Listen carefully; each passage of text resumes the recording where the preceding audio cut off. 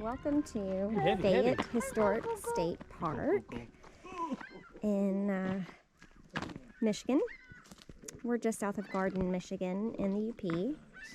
And we just were going for a drive, and we decided that we were gonna stop in and check it out. This is what we like to do sometimes. We're just like, hey, let's go driving and we'll figure it out. So no plan, and sometimes it works out for the best that way. So anyway, this is a restored iron mining town, something like that.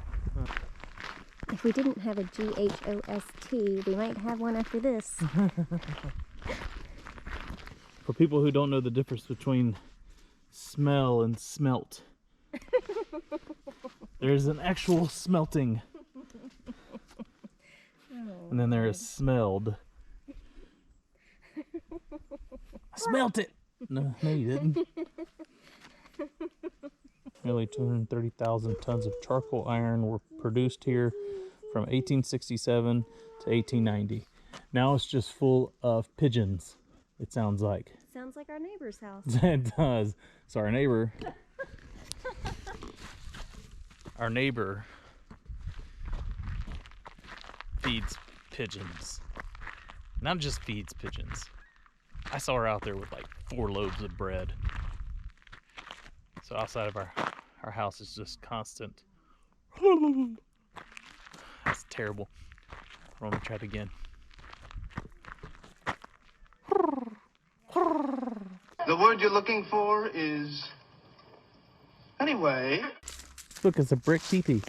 How are you going that We're gonna go in. We'll probably take a ghost home with us.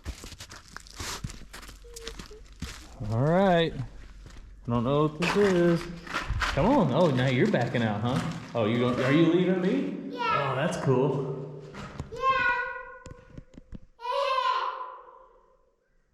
Yeah. Amen. Ooh, it's cold right here. I don't know if I want to go in anymore. Please.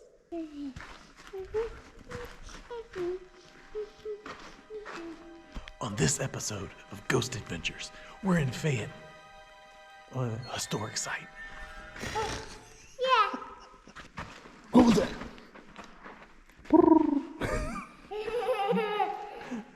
Mommy's doesn't want to come in here, does she? Why? She doesn't want to go on a ghost adventure.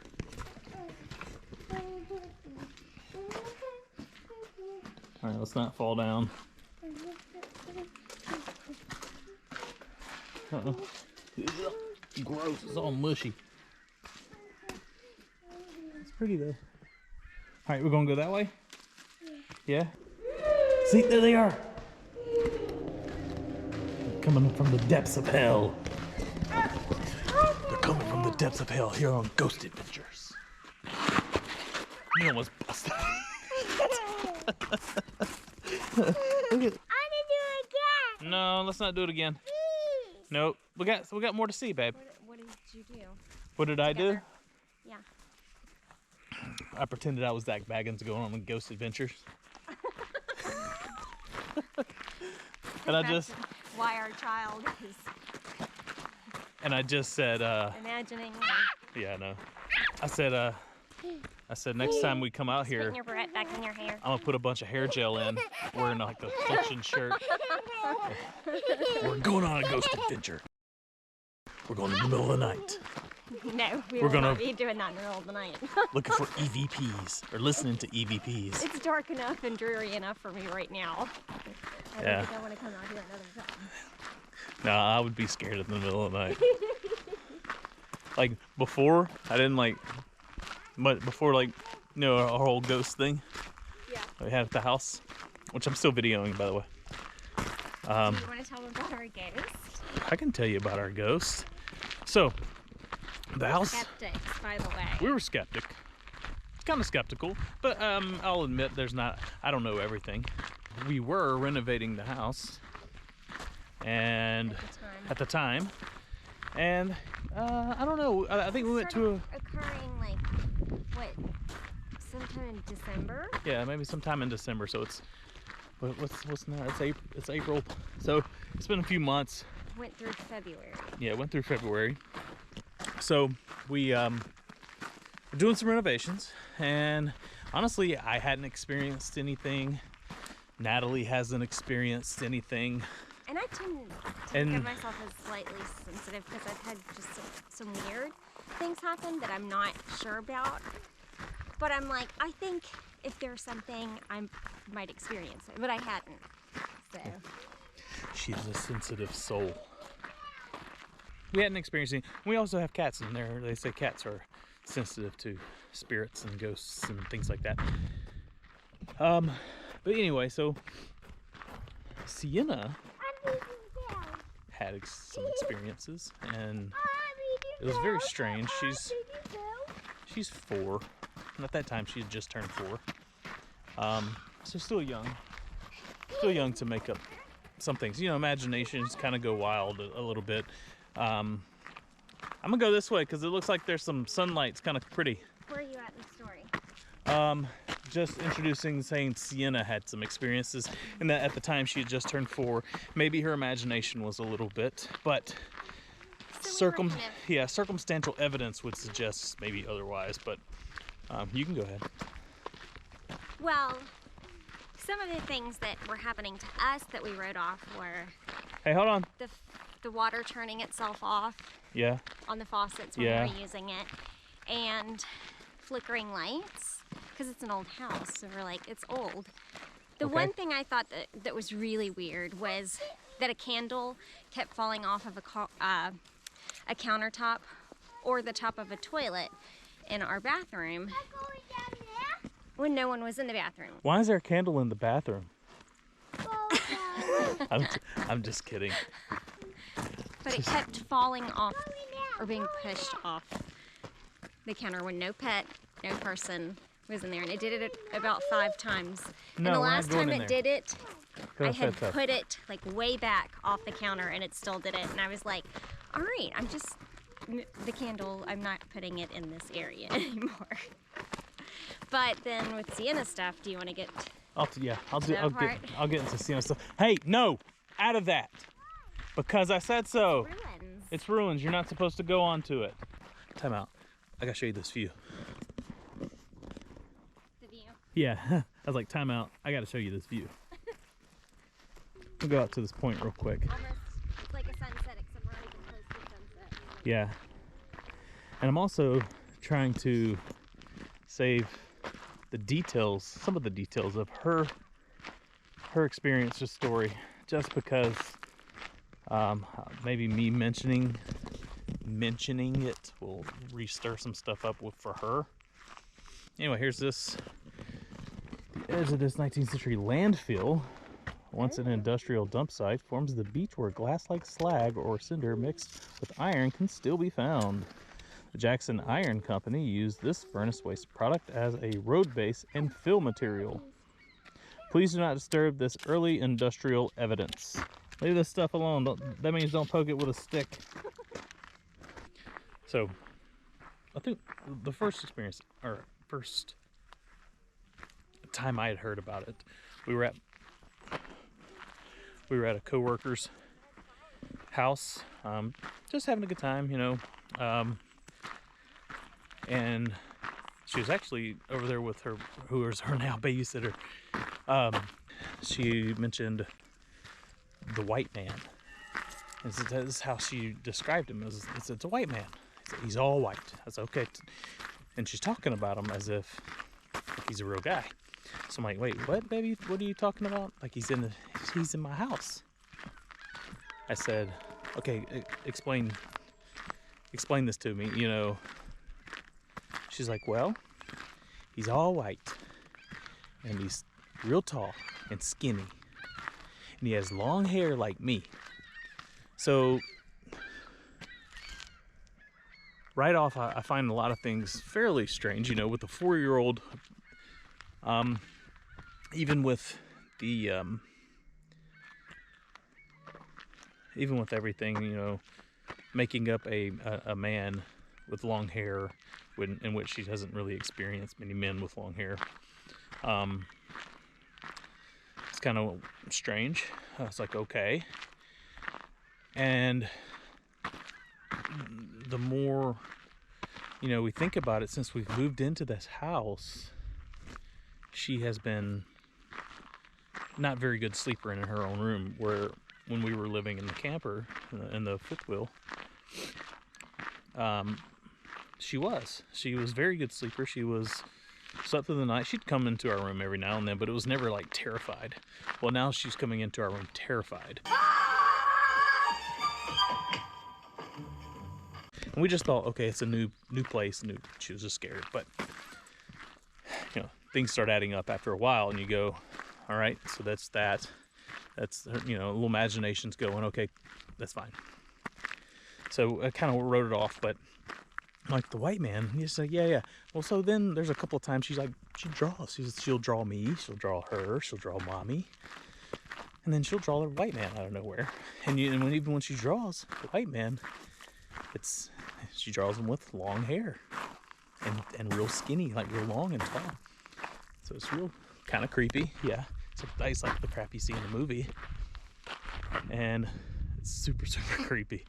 But I think and she had mentioned to him multiple times, and we had just kind of just like, okay, maybe it's her imagination. It's that. One morning, I woke up early. Like I said, we had been working on the house. I wake up before everybody, as usual. I head to the hardware store, and Natalie gives me a call. And actually, I think she just texted me. And she said, well, we have a new story about the white man. And I was like, uh-oh, what happened? She's like, well,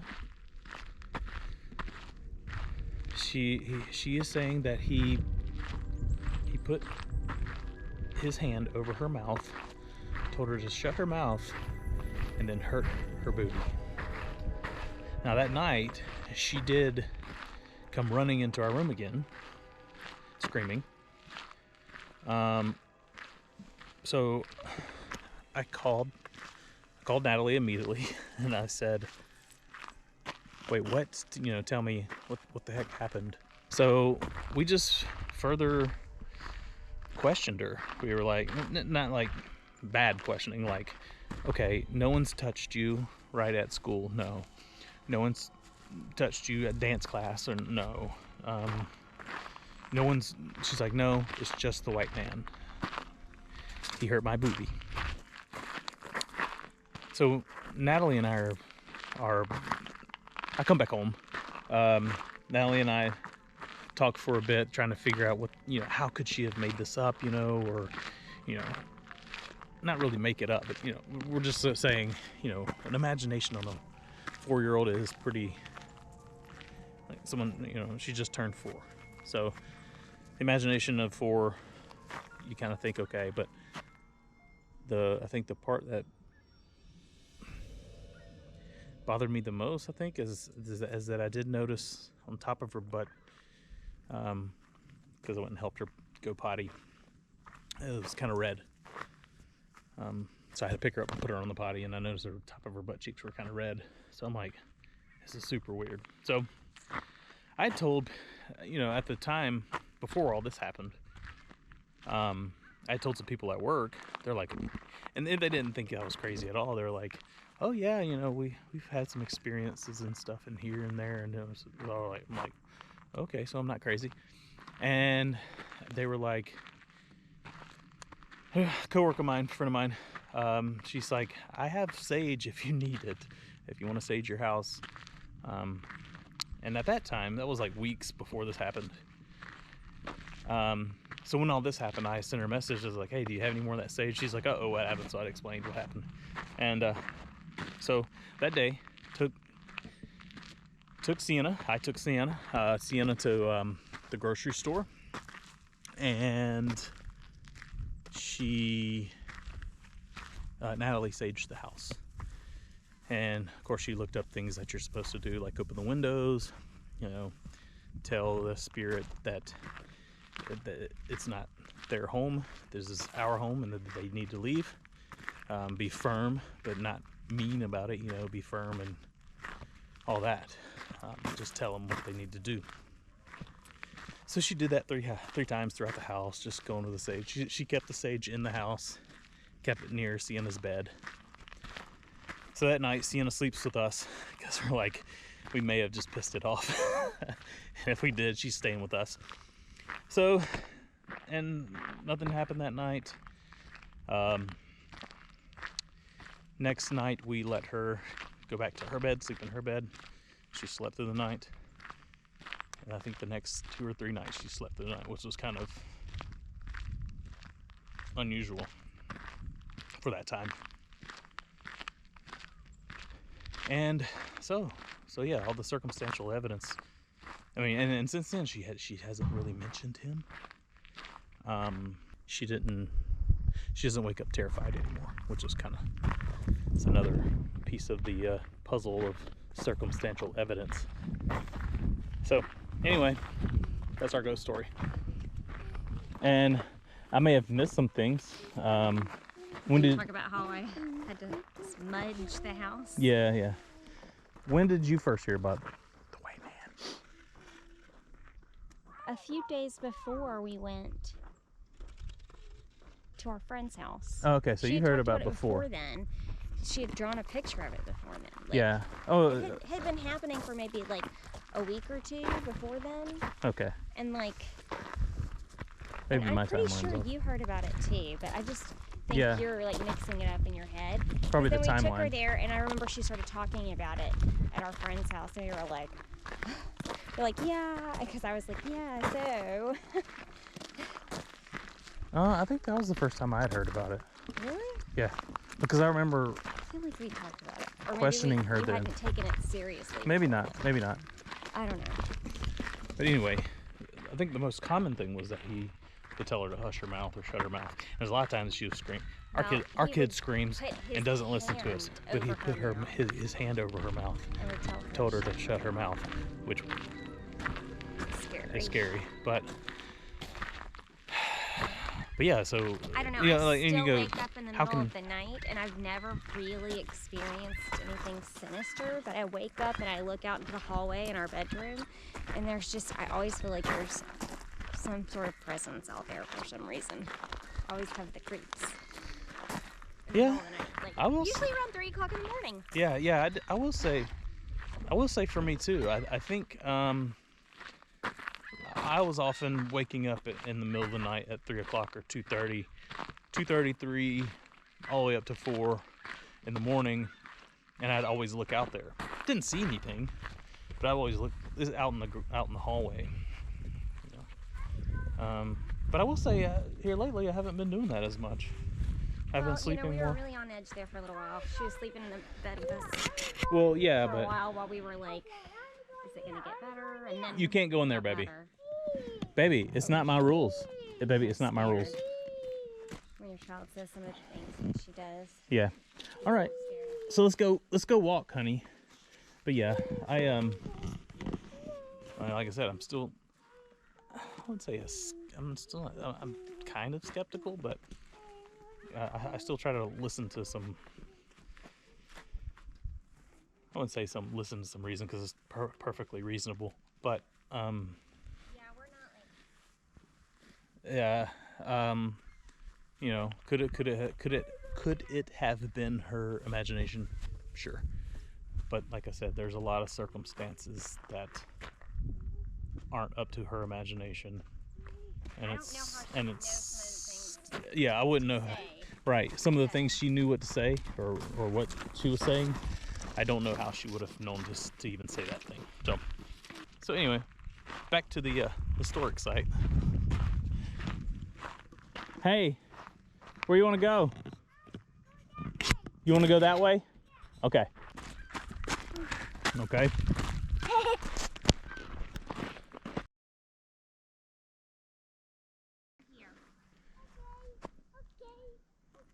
These things are like, some of these are like better preserved than some of the houses by our house that people live in. Okay, seriously. Just, We're not living in the best part of the UP. no. It's not the gym No, of the UP. not that. Although it could be, but It could be. But, if people you know, if people cared a little bit more. that's area and make the best of it, or they can ruin it. Yeah. And it doesn't have anything to do Hey, with economics. no ma'am. I mean, it has something to do with economics, but you don't This have way. to. You don't have to be rich to care about where you live and just take care of it, you know? Right.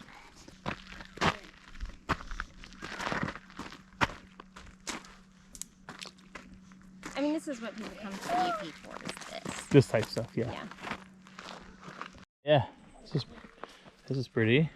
This is a little bit of something for everybody. You've got your history. You got history. You You've got. got a walk in the woods, the You got beaches, nature. the cliffs. Yeah. This going there. Oh yeah, of course she does. I'm not going in there. I ain't going in there. Mm-mm. You want to look in it? All right, little There's a. seer and spirits. Seriously, there's something in a sheet in there. Okay, you look down. Once again, the siding's in better condition than some houses by our house. Not fighting. Almost fell. Some houses, the underlayment with tape on the state. That's true. We need to take a picture of that house. Right now we're considering moving again. Imagine that. We move.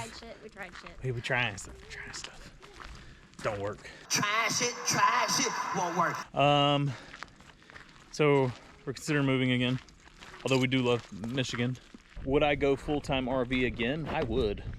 Oh. Amen. Remix.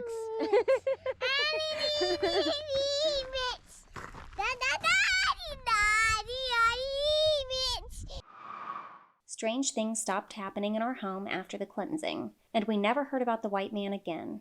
Our daughter is happy and healthy, but does have a hearty appetite for all things spooky. We sold our home in the UP and relocated out west. Happy to report, no spooky experiences here in our new home. Have a safe and happy Halloween.